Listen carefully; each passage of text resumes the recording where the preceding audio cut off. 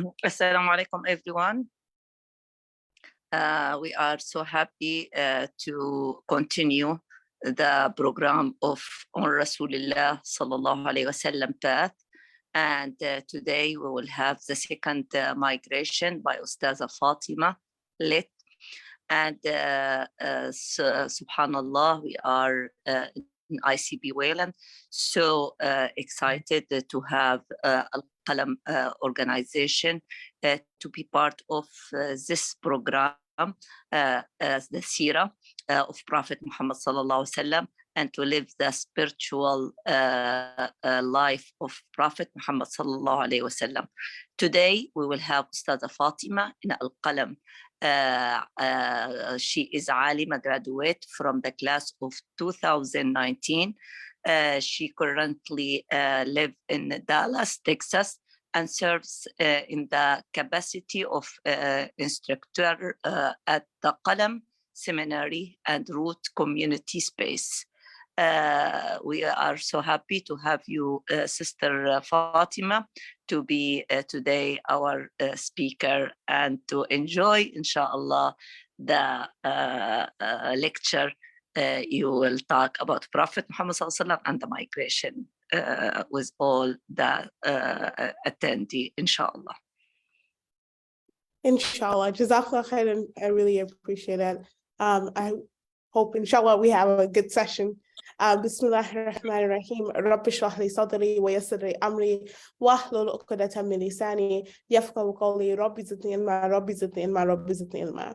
So today, inshallah, we're going to be talking about the second migration, and this is the migration that, you know, typically it gets named as Hijra, right? Is the migration that has been coined, I guess you could say, as Hijra. The first one will always quantify it or qualify it by saying that it's a migration to Abyssinia, while this one, it is the big migration. It is the migration of all of the Muslims from Mecca to Medina, or most of the Muslims that did have means that could migrate from Mecca to Medina. Now today, inshallah, today's class, what we're going to do is that we're going to start with talking about the different pledges, because that's kind of what leads into the migration. Then we'll talk about the migration of the Prophet Muhammad, and then we'll spend time talking about the arrival into Medina and kind of just talk a little bit about what were the first couple of things that the Prophet set forth in Medina and why that was important to set up for the community, especially now because the Muslims are going to have a new community space, right? This is a new space that they're able to be. This is a new space that they're able to actually live in the way that they want to. It's a new space that they're actually able to practice in the way that they want to. So last class, you guys talked about many different things like the boycott and the year of sorrow and Isra and Mi'raj. You've talked about all the things that kind of led up to this moment. So after the boycott, after the year of sorrow, and then Isra and Mi'raj, the ascension and the miraculous journey that the Prophet went on, you have that the Meccans geared up for Hajj, okay? They geared up for Hajj. And in them gearing up for Hajj, the Prophet what he did was that he decided to basically, during this Hajj season, he was going to go around and basically talk to people about Islam, talk to these different tribes and different people that came from different places about Islam. Now, the Prophet had already went to Ta'if in the year of sorrow, and we see that he didn't really get anything from that, in the sense that what the biggest thing that ended up happening in Ta'if was that they stoned the Prophet. They didn't treat him very kindly, they didn't treat him very well. And nor were they receptive to the message that the Prophet was bringing. So when Hajj comes around, the Prophet goes and he says that, you know what, I'm not gonna lose hope, right? I'm not gonna be in despair. I'm gonna go and I'm going to campaign for Islam, and I'm going to do da'wah. So he goes to these different tents and he goes to these different people, and he is pledging to them, talking to them about Islam and telling them that they should join on to the religion and they should hold on to Islam, and so on and so forth. Now, every time he goes to a group of people, you have Abu Lahab behind him saying that this guy's a liar, this guy's not telling the truth, you don't have to believe in this, don't believe in it, don't believe in it. And so he just keeps getting rejected. Eventually, the Prophet goes all the way to almost where it's like outside of where all of the nice tents are. And he finds a humble group of people there. And when he finds this humble group of people, he realized that these are people that are from a land called Yathrib. Now, Yathrib was known for people to have been farmers. They were also known that they lived amongst the Jews. So they lived amongst certain Jewish tribes like Banu Nadir and Banu Qurayza and so on and so forth. And so the Prophet ﷺ talks to the people of Yathrib, and they're making up of two major tribes, basically. And this is the tribes of Aus and Khazraj. Now, they in and of themselves had a conflict with one another, and we're going to talk about that a little bit today. So the Prophet talks to them, and when he talks to them, then they decide, about 7 of them decide that, you know what, we want to believe in this message that, you know, the Prophet is bringing. And so they basically agree, and they take Shahada, and they become Muslim, okay? Now, the next year rolls around for Hajj, and when that next year comes around, these same people, they come back. And this time, they don't come back with just, you know, this time they come back with about 12 people. And when they come back with about 5 extra people. So now it's 12 people in all. And when they come back, the extra people that they bring along with them, they also believe, right? They also become believers in Islam. And so the Prophet says that, you know what, I have this group of 12 people who are believing in Islam, and so I should take a pledge from them. Now, what this pledge is, or this bay'ah, what it means is that it is not only in the sense of belief in Islam, obviously, but also a sense of pledge of like community, right? This is a pledge of like leadership. It's a pledge of community. It's something that has a another type of bond together. So the Prophet takes a pledge, and this is called Bay'atul Aqaba. The reason why is Bay'ah means a pledge, and Aqaba means the place, is the place in which the pledge occurred. And this pledge contains 5 major things. And these 5 major things is, number 1, obviously, first and foremost, that they will not commit shirk. And committing shirk means that they will not associate partners with Allah, that they will not put Allah subhanahu wa ta'ala, put other people on the same level, or other things on the same level of Allah subhanahu wa ta'ala. They will leave the worship of idols in which they used to engage in. The second thing is that they will not steal. They will not take other people's property. And you find that pre-Islamic Arabia, this is a lot of the societal illnesses that the Arabs were dealing with. It's a lot of the societal illnesses that the Arabian Peninsula was dealing with, right? That if somebody came from a certain tribe, and maybe that tribe wasn't necessarily well off, or maybe that tribe wasn't necessarily recognized, then they would then take over it, right? They will then say that, you know what, I don't have to like pay you because you're not from such and such tribe, or you don't make this amount of money, or you're not that great in this and this and this. And so the Prophet is saying, like, all of these societal illnesses that you guys used to engage in, and you thought that they were normal and they became the norm of the land, we're not doing that anymore. So the second thing is, we will not steal. The third thing is, we will not kill children. And this was actually a common practice that they felt was normal, you know, that they would have give birth to a child, a daughter, and for them, like, they felt that it was normal and it was okay to basically like kill that daughter, kill that child. And then the fourth one is that we will not slander anyone, that we will not do what's known as like, we will not slander anybody, we will not lie on their name. And last but not least is that we will not disobey the Prophet ﷺ. So they took this pledge with the Prophet ﷺ. Then what ends up happening is that the Prophet ﷺ decides that he's going to send 2 people with them. Now, it's more so of a mutual decision, right? Because they are looking at this situation. They're like, okay, you know what? We've been here before. We already accepted. We went back. We came back now, and we're bringing more people. And now we're taking a pledge. We need people that are we need someone that's going to teach us about this religion, right? We need someone that's going to let us know and inform us more on our practices in our day-to-day life. We're agreeing on the hierarchy of things. We're agreeing on the higher level of things. Now we need to have somebody there that's going to help us in our day-to-day life, that's going to recite Quran to us and all of these things. So the Prophet ﷺ, he sends 2 important people with them. The first person is known by the name of Mus'ab bin Umair radiallahu ta'ala anhum. Mus'ab bin Umayr radiallahu ta'ala anhu was a very young companion. And when he became Muslim, just a slight little short history on his life is that Mus'ab bin Umayr, before he became Muslim, he was known to be like the bachelor of Mecca. You know, he came from generational wealth. He had a lot of money. He would like, you know, basically like drive the nicest cars. He had the nicest camels. He had the nicest clothing. He was the bachelor of Mecca. Everybody wanted to be around him, especially because of his wealth and all of these things. Now, Mus'ab bin Umayr, when he hears about the message of the Prophet ﷺ, he goes to Dar al-Akram, the place that they would go and they would gather, and he listens to what the Prophet ﷺ has to say, and he becomes Muslim. Now, the thing is, Mus'ab bin Umayr, his family having come from a high status and position, he recognizes that he cannot like tell his family that he's become Muslim, right? So he becomes Muslim in private, okay? Now, there are people that are watching and eventually word gets to his mother that he had become Muslim.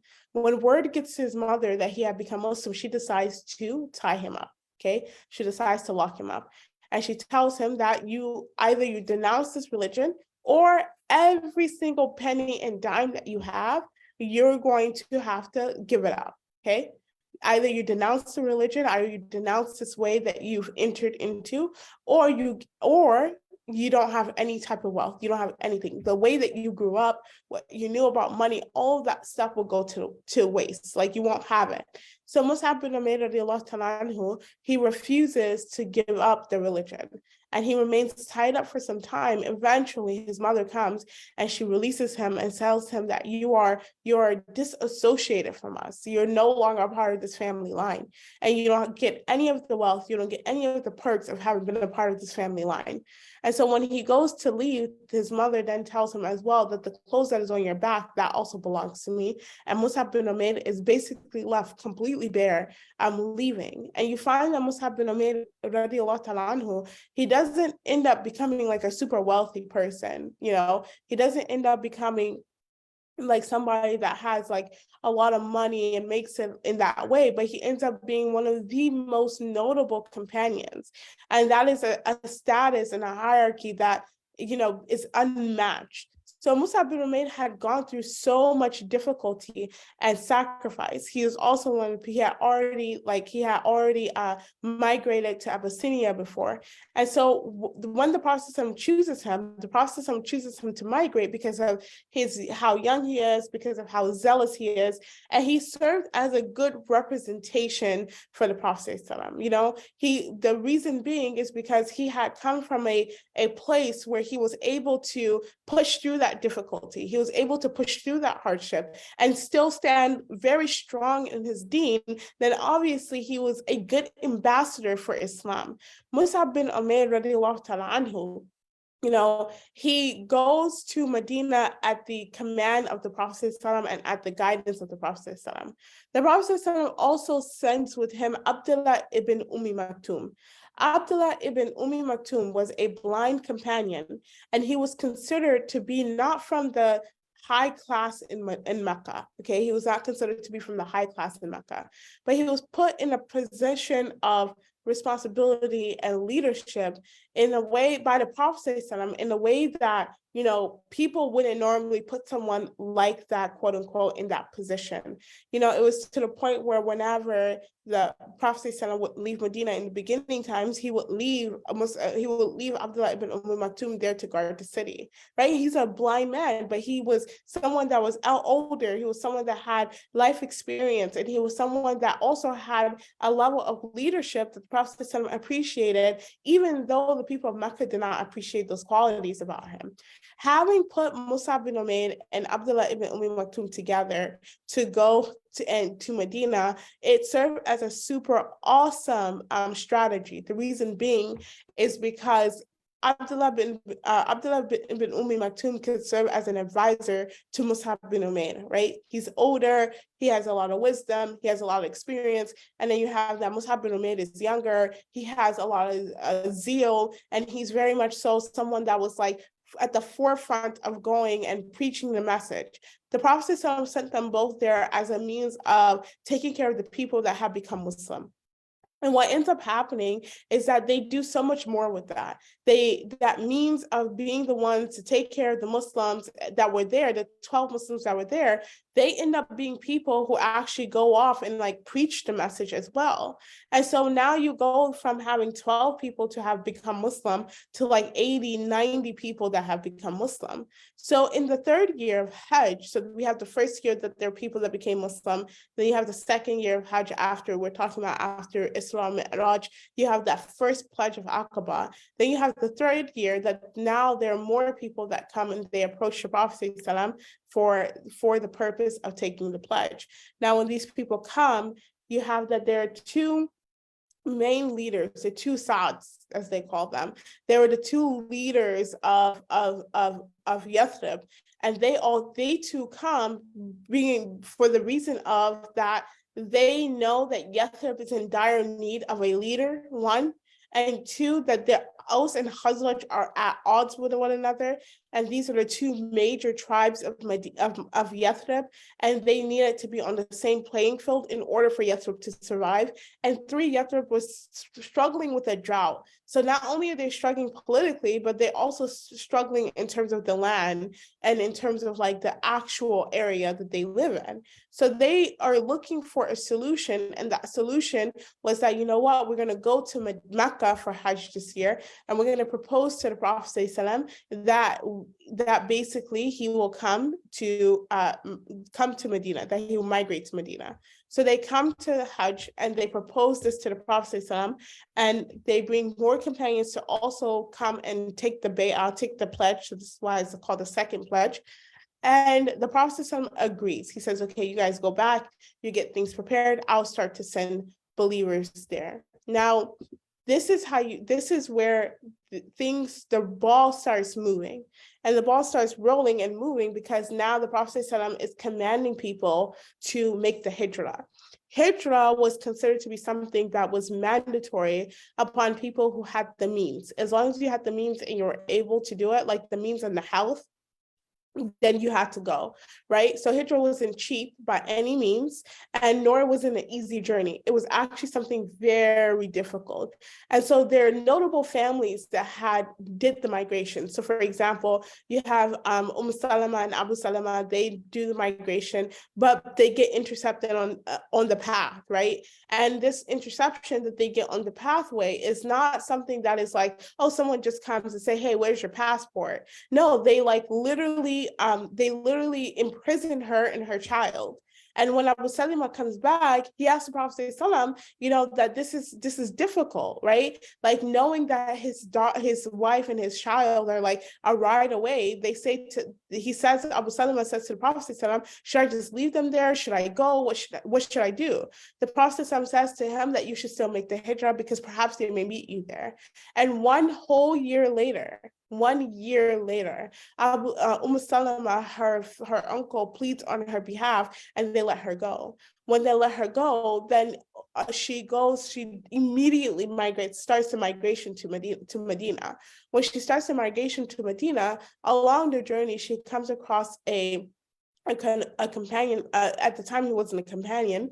He was just one of the gatekeepers or the keepers of the keys of the Kaaba and the caretakers of the Kaaba, Uthman bin Talha. So she comes across Uthman bin Talha, and he is just uneasy about the fact that a woman and her son with no protection are just literally migrating across, the Arabian Peninsula. And so he offers to basically give them a ride and offers to accompany them on this journey. And so he accompanies them on the journey. And when they get to Medina, she then offers up wealth, and she offers up can I pay you and all this stuff. And he says no to her. And at the end of it, Salima, she says that I never met a man that was more chivalrous and more kind than Uthman bin Talha. And Uthman bin Talha later on ends up becoming Muslim after what's known as Fatul Mecca, the conquest of Mecca. So you find that the migration stories, there were so many of them ended up in difficulty. It was really hard. You have that Umar bin Khattab radiallahu ta'ala anhu, he also migrates, but this is now where smaller groups. He migrates with about 20 people, and they can only have the bare minimum. And sometimes they will travel to a different direction and then go to the direction of Medina. Why? Because they didn't want to get captured, or they didn't want people to find them, like the Quraysh to find them. Now, back in Mecca, you find that the Quraysh started to realize that the Muslims had been migrating. And the interesting thing is that everybody pretty much migrated in silence, in secret, except for Umar bin Khattab radiallahu ta'ala anhu. And Ali radiallahu ta'ala anhu narrates this. He says that I knew that every single person had migrated in silence or in secret, except for Umar bin Khattab radiallahu ta'ala anhu. He says that Umar bin Khattab radiallahu ta'ala anhu had proclaimed his migration, and he literally tells them that if any of you want to stop me, then just know this is going to be the fight of your life. Just know that you may end up not making it out of this fight. So Umar bin Khattab radiallahu ta'ala anhu was like one of the only people to have proclaimed that he was going to migrate. So the migration was not easy. It was very difficult. While people are still leaving, people are like kind of sneaking out of Mecca and going and migrating, you find that the Quraysh were like getting upset. They were getting really upset. They were getting really antsy because they're realizing that numbers are like dwindling and they're going down and people are migrating. And so what ends up happening is that they say, you know what, at some point, the next person to migrate will be the Prophet ﷺ, will be Muhammad sallallahu alaihi wasallam. And we don't want that to happen. And so they start to devise a plan. Meanwhile, Abu Bakr Siddiq radiallahu ta'ala anhu is sitting tight. He's sitting tight. Why? Because he wants to migrate, but he doesn't want to migrate without the Prophet ﷺ. So he's sitting tight, waiting for the Prophet ﷺ to come and tell him that he's going to migrate. The Prophet ﷺ is sitting tight, waiting for Allah subhanahu wa ta'ala to tell him that you have permission of migration. And so you have these two people, Abu Bakr Siddiq, the Prophet ﷺ, sitting tight, and then you have the Quraysh devising a plan. Now what happens is that the Quraysh, the Prophet ﷺ, the Quraysh, they were ready to basically kill the Prophet ﷺ. And the way that they came across that, you would say, understanding, or the way that they decided that that's what they wanted to do, was they got together, all of the leaders, they got together. And when they got together, they said, you know what can we do to stop this? So an old man joins the gathering, and he serves as like the advisor or the wise voice there. And what he says to them is that, okay, you know what? When they say that, the first thing that they devise or they say, okay, we can hold him captive, right? We can just take him, we can arrest him, and we'll imprison him, basically. And the old man says, no, that wouldn't really be a good idea, because if you imprison him or you hold him captive, then all of his companions are going to come and they're going to try and they're going to fight for him or fight on his behalf, basically, and they'll be able to take him. So they say, okay. Then they say, okay, maybe one person could kill him. And then, but the cases or the situation would be that if that one person were to kill him, then that one person or that tribe would be held accountable for that situation. So they keep devising these plans. And by the end of it, the plan that they ended up agreeing upon and the old men kind of pushed them towards was that what they ended up agreeing upon and what the old men kind of pushed them towards. Sorry. Okay. Actually, Shaykh Nasser is on, so I'm going to have him do this part or introduce it, inshallah.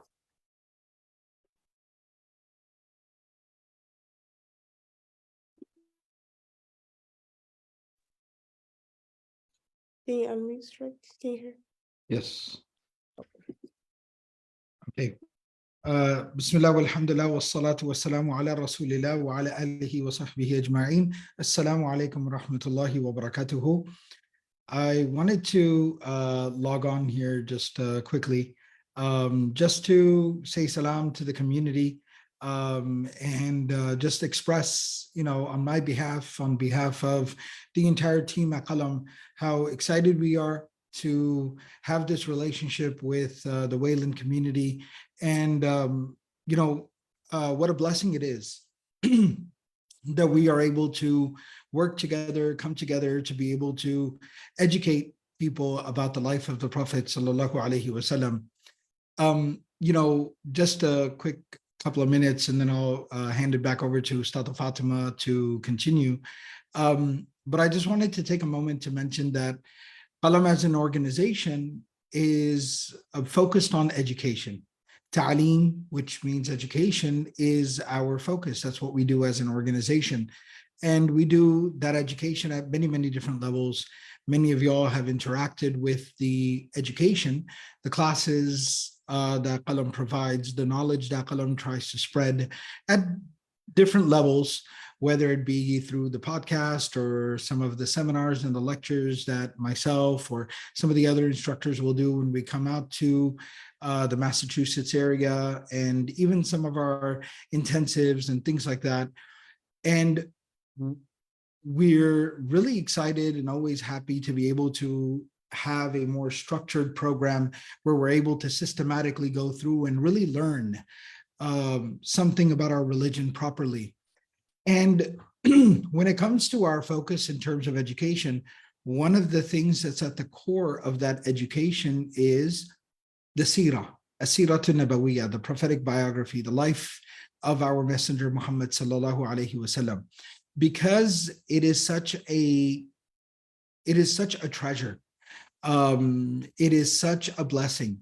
And it is so deep and so profound and so filled with so many gems and lessons, endless gems and endless lessons, that it really is a very powerful device. It's a very powerful tool, a resource, actually, a very powerful resource for developing people, developing families, developing communities, and overall growing and developing and bettering the condition of the ummah.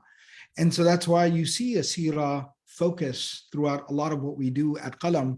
You know, there's a seerah podcast, there are seerah lectures that are online, there are these kinds of seerah classes that we are doing in a structured format.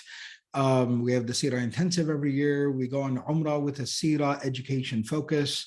And even at the full-time seminary, and y'all have been interacting with not only some of our instructors and teachers, but also some of our graduates from the seminary that are teaching in other communities, that are leading other communities, and even some of our current students at the seminary. We even have seerah education that goes on in the seminary in year 1, in year 2, in year 3, year 4, and even year 5. You know, just this morning, I've been going through Kitabul Maghazi, which is basically the section of the seerah in Sahih Bukhari with the 5th-year students, and we have that class every single morning. So the seerah is very, very important. We're constantly in need of it. It's necessary for us at all times. And so we're really happy and grateful to Allah for this opportunity for all of us to be able to come together and learn and study the seerah. I also, you know, when Dr. Abrar called me and we spoke about this, there was also the idea in here that, you know, the overall, many of the communities, the greater kind of Massachusetts Muslim community has had a very strong relationship with Qalam for over a decade and has been very supportive of the work that Qalam does. And the Wayland community has been at the heart of that. We also, you know, thought that these classes and programs that we're having were also an amazing opportunity to be able to really show you and to be able to share with you the work that we've been doing at Qalam, specifically in terms of the seminary. You know, y'all have learned from and interacted with people like, you know, Imam Muhammad Herbert, Imam Karim Azzat. These are 2 graduates that are in Tulsa, Oklahoma and Staten Island, respectively, now serving as full-time imams in their communities. And they spent, you know, a half a decade and more with us full-time studying at Qalam and being taught and trained. You have benefited from people like Ustadha Zainab Yunus and Ustadha Fatima here tonight, who are, again, not only graduates from our seminary, but Ustadha Zainab, she is an academic advisor and a teacher at Qalam. Ustadha Fatima is, of course, a teacher at Qalam and also works with the community at Roots and in her hometown of Atlanta. So, alhamdulillah, you're also getting to see some of the fruits, some of the harvest of the work that we've been doing for over a decade and that y'all have been supportive of. And the kind of, I guess, the extra added kind of bonus element of this is that we the instructors are also coming out and getting to meet you and see you and interact with you in person at Wayland. Of course, I know Sheikh Mikael Smith came a few weeks ago, and it was a beautiful visit. I saw all the pictures and I heard all the feedback from him, and he really, really enjoyed meeting the community and interacting with the community. One of our graduates, Imam Amir Hamza, who serves as an imam in Milwaukee, he'll be coming to y'all soon, inshallah. And then, of course, myself, I look forward to coming in the early part of the next calendar year to come and spend some time with you guys and be able to interact and reconnect, inshallah. So I just wanted to jump in here for a few moments. I'm sorry if this seemed kind of like an infomercial. I didn't mean for it to be that, but I'm just so happy and so excited to see this relationship come to fruition and see this program, in action. And I just wanted to take the opportunity to jump on and thank, all the leadership at Wayland, and all of y'all, the community, for participating and joining. And I hope and pray that inshallah this is a relationship that will continue to grow and that more and more benefit will come out of this relationship. I'll conclude inshallah with those remarks, and I'll look forward to seeing y'all soon, and I'll hand it back over to Ustadha Fatima. Jazakumullah khairan.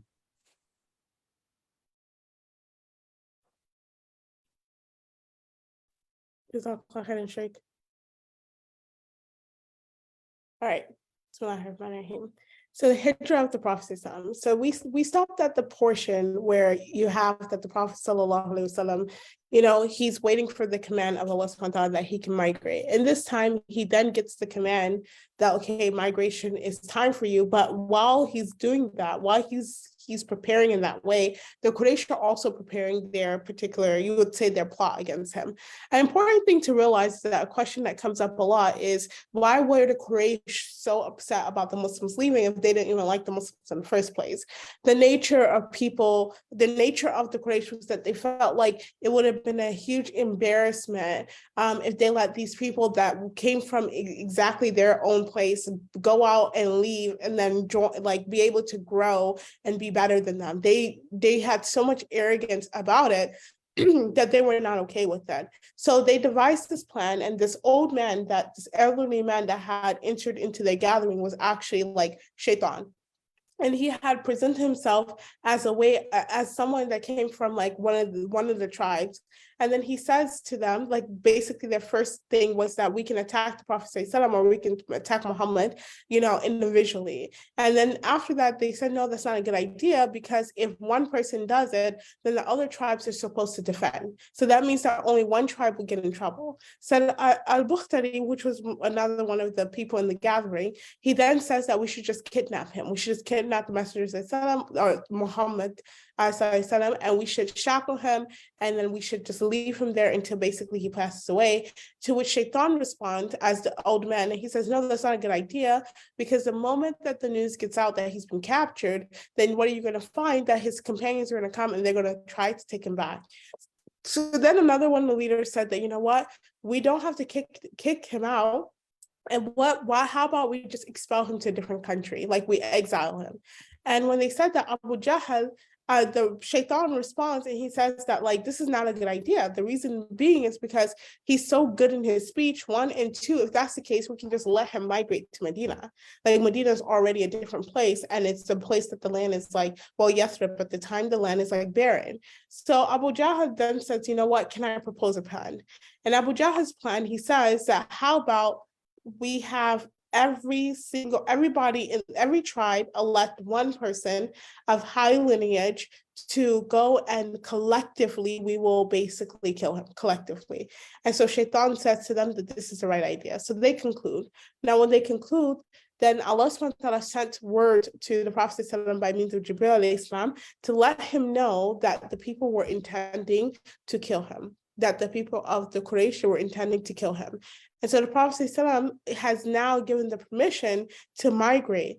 So what he does first is that he goes to Ali radiallahu ta'ala anhu, and he tells Ali radiallahu ta'ala anhu that there's these belongings that I have, because the Prophet was known as a trustworthy person. And since the Prophet ﷺ was known as a trustworthy person, people would leave their stuff with him so that he can hold it for them. So the Prophet ﷺ says, there's some belongings that I have inside of my home. I would like for you to distribute them to all these people after I leave. And then the second thing he says to him is that there are people that are trying to kill me. So I need you to sleep in my bed as I leave my home. Okay, so that it will seem as if the Prophet ﷺ is there. And then he says to Ali radiallahu ta'ala anhu after that I will see you in Medina. So then he goes to the house of Abu Bakr. Now, Ali radiallahu ta'ala anhu narrates many years later that, he narrates a story many years later, and the questions come up and they ask Ali radiallahu ta'ala anhu, how did you feel? Were you not scared? Were you not nervous? How were you feeling in this time? To which Ali radiallahu ta'ala anhu responds, and he says that I slept the most comfortable way I've ever slept in my life. And the reason being is because when the Prophet said, I'll see you in Medina, he knew that he was not going to die. So the Prophet then goes to the house of Abu Bakr Siddiq.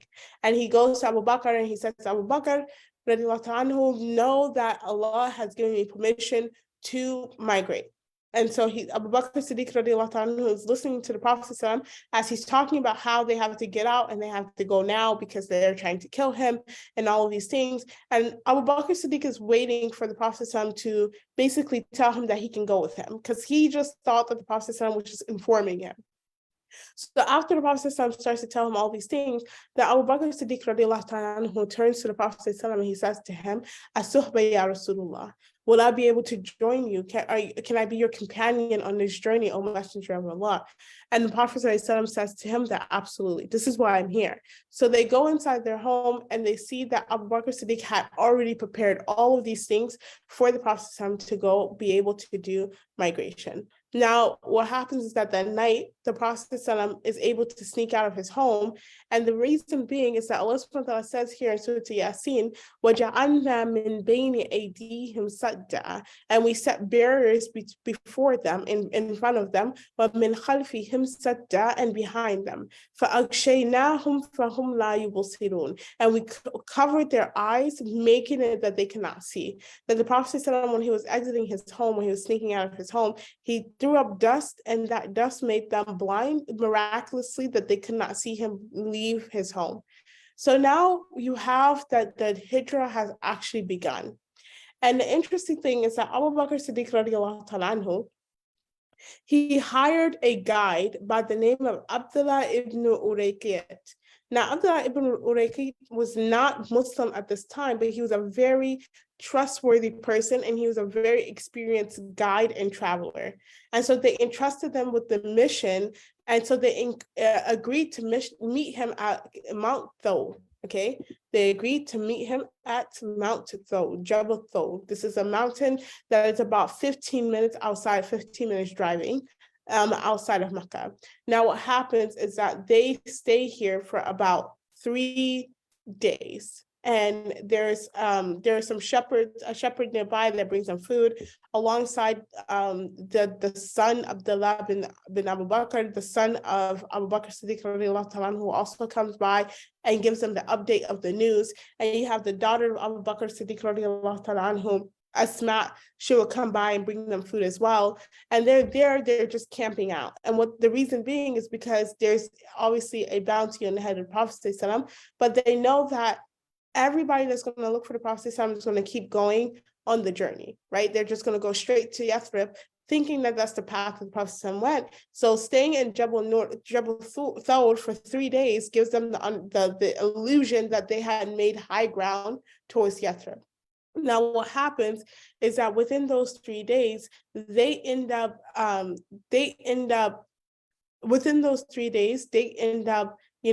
putting an extra level of a bounty on the Prophet's head. The reason being is that once the morning came, after the first day, the morning came, the Prophet didn't exit, rather Ali radiallahu ta'ala who exited the home, and they start to question him. And they say, where is he? Where is Muhammad? Where is Muhammad? To which Ali radiallahu ta'ala who says, I don't know. I don't know where he is. And so they now put like 100 camels, right? And 100 camels is not like cheap. It's like you would say it's like the price of a Lamborghini or the price of a Maserati, okay? It's a very expensive type of, it's a lot of money. So they put this bounty on the Prophet's head.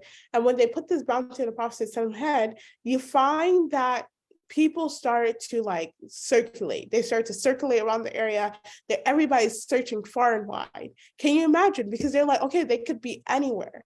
And so what happens is that Abu Bakr Siddiq radiallahu ta'ala starts to get very nervous about people approaching the cave. The reason being is because they're hearing footsteps and there's only one part of Jabal Thawd that the cave is in, that they're in. So they're hearing footsteps and they're hearing people around there, and he's getting really nervous for the life of the Prophet ﷺ. And so what happens is that the Prophet ﷺ, he then says to him, Allah subhanahu wa ta'ala actually details this in the Quran, that the Prophet ﷺ was not as nervous about it. And so Allah subhanahu wa ta'ala says here, إِذْ أَخْرَجَهُ الَّذِينَ كَفَرُوا, that Allah subhanahu wa ta'ala helped him when the people who disbelieved drove him out of the city. ثَانِي اثْنَيْنِ إِذْ هُمَا فِي الْغَارِ, when there were two of them that were inside of the cave. إِذْ يَقُولُ لِصَاحِبِهِ, when he, meaning the Prophet ﷺ, he said to his companion, meaning to Abu Bakr Siddiq radiallahu ta'ala anhu, لَا تَحْزَنْ إِنَّ اللَّهَ مَعَنَا, don't be scared, don't worry, don't have this level of grief, because know that Allah subhanahu wa ta'ala is with us, right? And the wording even in narration that the Prophet says to him, that what do you say about two people when the third person with them is Allah? That there's nothing to worry about. Yes, this is a stressful situation. Yes, this is a difficult situation. Yes, there are people right here outside of this cave that could just bust in right now. But what are we saying? What is he saying to him? He's saying to him, just like Allah subhanahu wa ta'ala got us this far, Allah subhanahu wa ta'ala is going to get us out of here. فَأَنزَلَ اللَّهُ سَكِينَتَهُ عَلَيْهِ. Then you find that Allah subhanahu wa ta'ala sent down his calmness and the serenity onto them, that they didn't have worry throughout the rest of the trip. Like, they come across so many different things, right? But they don't worry throughout the rest of the trip. So now that this situation occurs, what ends up happening is that they now go on to their journey. When they go on to their journey, they meet a bounty hunter by the name of Suraka ibn Malik. Now, Suraka ibn Malik also was not Muslim, but he was informed that the Prophet was seen. So they're all like, he's basically sitting with other people that are looking for the Prophet, and he's informed that the Prophet was seen. So he goes on a different journey to go and find him. And when he says that as he kept getting closer, every time he would get closer to the Prophet, then his horse would sink. Okay, his horse will sink. And then then the Prophet would get further away, and then he would be able to ride his horse and it will sink. And then every time he kept getting close, then the Prophet would start reciting. At one point, he started to shout out, and he would say to them, "Salam, salam, salam, salam, I'm coming in peace." And he says to the Prophet, "I will not cause you any harm." And he says that your people put a huge ransom on you, and I was planning on harming you, but then this happened. Like, every time I come close to you, then you recite something and my camel sinks. So the Prophet told him that, you know what, keep this a secret. And Suraka bin Malik asked the Prophet, could you write me a note that would give me some future, because he's realizing that the Prophet is a leader. Like, he's realizing that this guy's like a great guy. Like, there's something that's like miraculous about him, that he's the best bounty hunter. He's right there this close to him, and he can't get to him. So he says to him, can you write me something that once you get to where your destination is, to Medina, and you become the leader of the world, like, that I will have security, something that I will know that, you know, that I will have safety there. And the Prophet then tells him that, you know what, you will have this level of safety. And he promises him that when the Muslims attain Persia, that he will have like these treasures from Persia. And this ends up happening way later after the death of the Prophet during the leadership of Umar bin Khattab radiallahu ta'ala anhu. Another thing the Prophet encounters is what was known as highway robbers. So you have that Abdullah bin Markid tells them that we should go to a different direction because this area or this way is known for having highway robbers. So the Prophet says, no, we're going to go in that direction. They go and they see the Prophet sees the two highway robbers out the corner of his eye, and he tells them, come out and introduce yourself. And he says, who are you? And they say, nahnu mu'anan, that we are people that we're like, we're highway robbers. We're people, we're worthless people. That's what they say. And the Prophet says, no, that you guys are people who are two honorable people. And he uplifts them, and then they go about their way. The Prophet then enters into Quba. Now, Quba is you would say right before Medina, okay, to some sense. But right before the Prophet enters there, he goes to a small little shepherd land, and this is where he meets a woman by the name of Ma'bad. And Ma'bad is known to have given the best description, one of the most beautiful descriptions of the Prophet. And in this time, he goes there to try to get some, he asks her for some water or some milk or some food, and some water or some milk. And she says, well, we don't have much. We have an animal, and this animal doesn't really like produce anything. So the Prophet then asks her, is it okay for me to like go and milk the animal? And she says, yeah, you can try to get whatever you can out of it. And he says, Bismillah. And he milks the animal, and it produces enough in a bowl that he gives it to her. Then he milks it again, and he gives it to Abu Bakr and the guide. And then he milks again, and he drinks from himself, and he milks again, and he leaves some for her family. And then they go about their way. Now, when the husband of Ma'bad comes back, he asks her, what is all this milk? Like, I left you with an animal that was basically bare, was not breeding any type of milk, and now I come back and you have all this milk here. And she says, then she gives the description, a very beautiful description of the Prophet and how he looked and his mannerisms and the care that he took. So the Prophet and Abu Bakr Siddiq who then go on their way, and they enter into Quba. Now Quba is a location that's about 15 minutes outside of the city of Medina, like itself. It's about an hour and a half walk.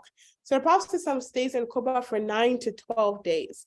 There's many reasons for this. One being that there were people who were migrating. At this point, it's kind of like it's symbolizing having entered into, you would say, the first part of Medina, right? So there are people who are still migrating, and they're coming, and the nature of Yathrib was that the water was in such a way that the people would get sick, and then journey and all of these things. So people would take rest in Quba before they enter into the actual city of Medina. So that was the first thing. The second thing is that the Prophet wanted to construct a masjid there. And so this shows that the Prophet the Prophet wanted to construct the masjid there. So when he arrives there, he then constructs the masjid, and he constructs the masjid, in Quba, and this is where you have that the first masjid is actually built, right? Second masjid built in Medina, but the first masjid is actually built here. When he's in Quba, the news spreads to Medina, like the city itself, that the Prophet has arrived. And what happens is that everybody starts to gather around onto the outskirts of Medina, waiting for the Prophet, or closer between the journey of Medina to Quba, waiting for the Prophet to enter. At the time, he wasn't a companion, but he was basically you would call him like a rabbi at the time, and he was by the name of Abdullah bin Salam.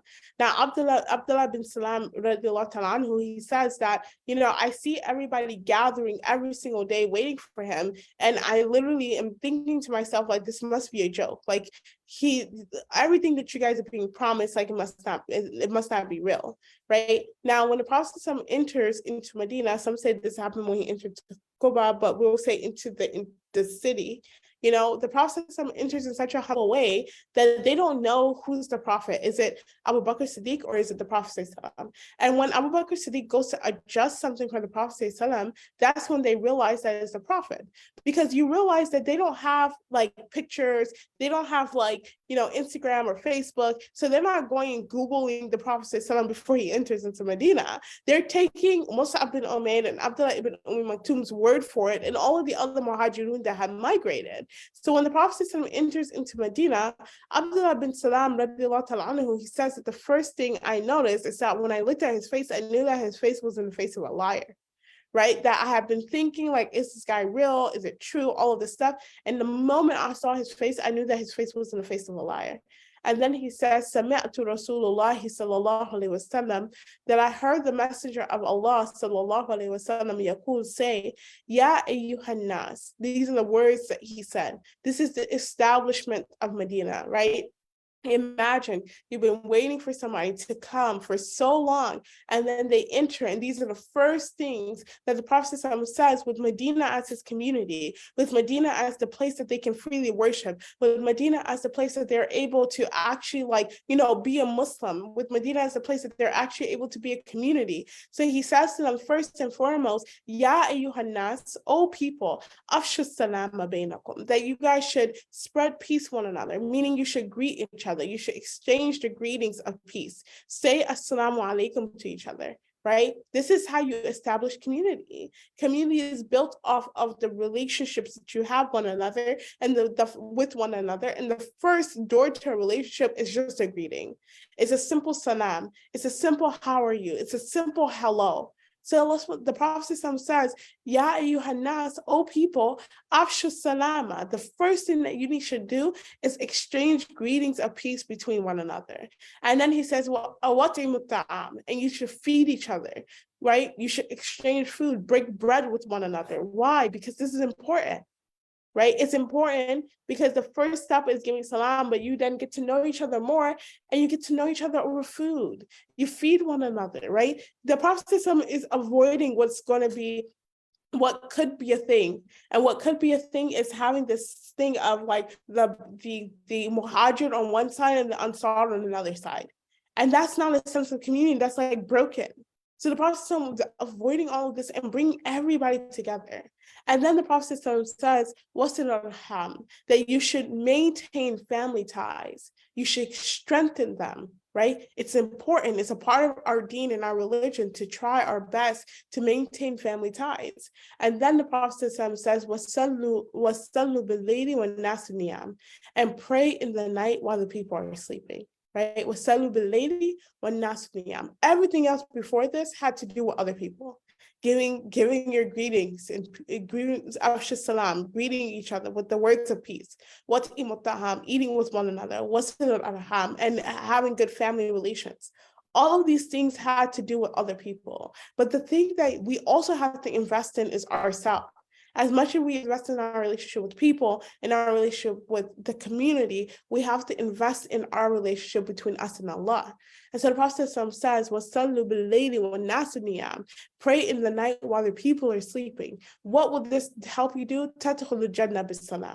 Then you will enter into Jannah with peace. And this is the, you would say, the makeup of the community of the Prophet, that after this concludes the migration, and after this you find that the Prophet basically institutes what's known as the Constitution of Medina, and then there's all these treaties that are made between the people of Medina, between the Aus, Khazraj, the Muhajir, the people who migrated, and the neighboring, you would say the neighboring Jewish tribes, that these treaties are put together, but they're all put together on the basis of this, that we are a community. And the way that we are a community is that we're involved with one another, that we're there for one another, that we express peace with one another, that we pray for each other. And this is how you also end up entering to Jannah. So what we learned from the migration of the Prophet, that it's difficult, right? There's certain things in your life that will happen that are absolutely necessary, and it will be difficult. But what you have to remember to do is to do what? Take Allah subhanahu wa ta'ala with you on that journey, right? Like the Prophet said to Abu Bakr Siddiq radiallahu ta'ala anhu, that what do you say about two people, that the third person with them is Allah, right? Allah subhanahu wa ta'ala literally quotes this in the Quran because that's how powerful it is. La tahzan, don't be sad, don't be worried, don't worry, inna Allaha ma'ana, because Allah is with us. And this is something that we should take in our own journeys of life, in our own many hijras that we go through in our life. So I pray that Allah subhanahu wa ta'ala allows us to benefit from everything that we heard here today. I pray that Allah subhanahu wa ta'ala forgives us all of our shortcomings, and that Allah subhanahu wa ta'ala allows us to be people who the Prophet intercedes for us on the Day of Judgment, and allow for us to be people that the Quran intercedes for us on the Day of Judgment. Subhanaka Allahumma hamdika, nashhadu an la ilaha illa anta, nastaghfiruka wa natubu ilayk. Jazakallahu khairan. I think that we're supposed to take questions as well, inshallah. Ustadha, that was absolutely Qureshi. Thank you so much for a wonderful, it's such a complex topic and you handled it so good. Thank you so much. We're open for questions. You can certainly unmute yourself and ask questions, or you can type them in the chat. As we're waiting, I just want to ask you a question, actually. So this last message is so beautiful, right? It's such a great community building message. Any thoughts about, so, as we are a minority, of course, in the United States as Muslims, we interact with the world around us. I mean, 3 of these 4, mentions or commands are so incredible as a service to humanity, to yourself, to people around you, that I guess we can consider ibadah in some capacity. I mean, only the last one is, do your salawat, or your prayers, belayed. But the other 3 are very much a community activist's dream come true. Thoughts about that? Yeah, I think a lot of times what happens is that we focus a lot on the time of the Prophet ﷺ in his life where he was in the Ghar Hira, in the cave, right? And that's the time when he's there and he's like thinking about Allah subhanahu wa ta'ala and he's worshiping and all of these things. But we don't realize that, or we don't necessarily process properly that the Prophet ﷺ ended up being in the community and we exist in this world. And part of existing in this world is a part of our deen, right? It's a part of our faith. It's a part of our belief. Like literally dunya exists for us to exist in it. And so the beauty of this is that the Prophet is letting us know that you're going to exist in the world, and these are the guidelines and how you should. So community activism, being a part of a community in the sense of being the one who is helping community ties be maintained, being a part of, potlucks, being a part of knowing people in your community, knowing people at your workplace, being kind, being courteous, all of these things are a part of our deen. They're part of what our religion teaches us in terms of being what it means to be a holistic Muslim.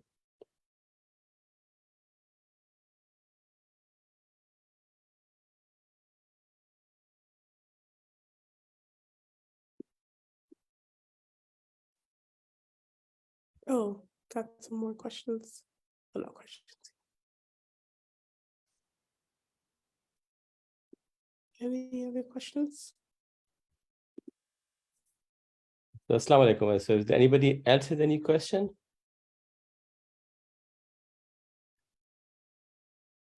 So, since we do not have any more questions, we'll inshallah end today. And so the next Wednesday, we have another program, inshallah, at the same time, starting at 8 p.m. And the topic for that will be the Battle of Badr. And the speaker name is Sheikh Amin Al-Mallah and Ustadha Amin Al-Mallah. So we will, inshallah, we're listening to them. So please mark your calendar for that. And after that, we will have a pause and then we'll start back in December, inshallah. So if you don't have any questions, maybe we can end with a dua, sister. Yes, Jazakallah khair. I just want to say thank you guys so much for having me. Bismillahir Rahmanir Rahim. Alhamdulillahi Rabbil Alameen. Ar-Rahmanir Rahim. Maliki Yawmiddin. Iyyaka na'budu wa iyyaka nasta'in. اهدنا الصراط المستقيم صراط الذين أنعمت عليهم غير المغضوب عليهم ولا الضالين. Amin. I pray that Allah subhanahu wa ta'ala allows us all to benefit from everything we heard here today. I pray that Allah subhanahu wa ta'ala forgives us all of our shortcomings. Allah subhanahu wa ta'ala allows this knowledge to be a sense of light for us. I pray that Allah subhanahu wa ta'ala increases us all in knowledge, and Allah subhanahu wa ta'ala allows us all to gather in a gathering much better than this. Subhanaka Allahumma bihamdika nashhadu an la ilaha illa anta nastaghfiruka wa natubu ilayk. Jazakallahu khairan. Assalamu alaikum wa rahmatullahi wa barakatuh. Ameen. Jazakallah.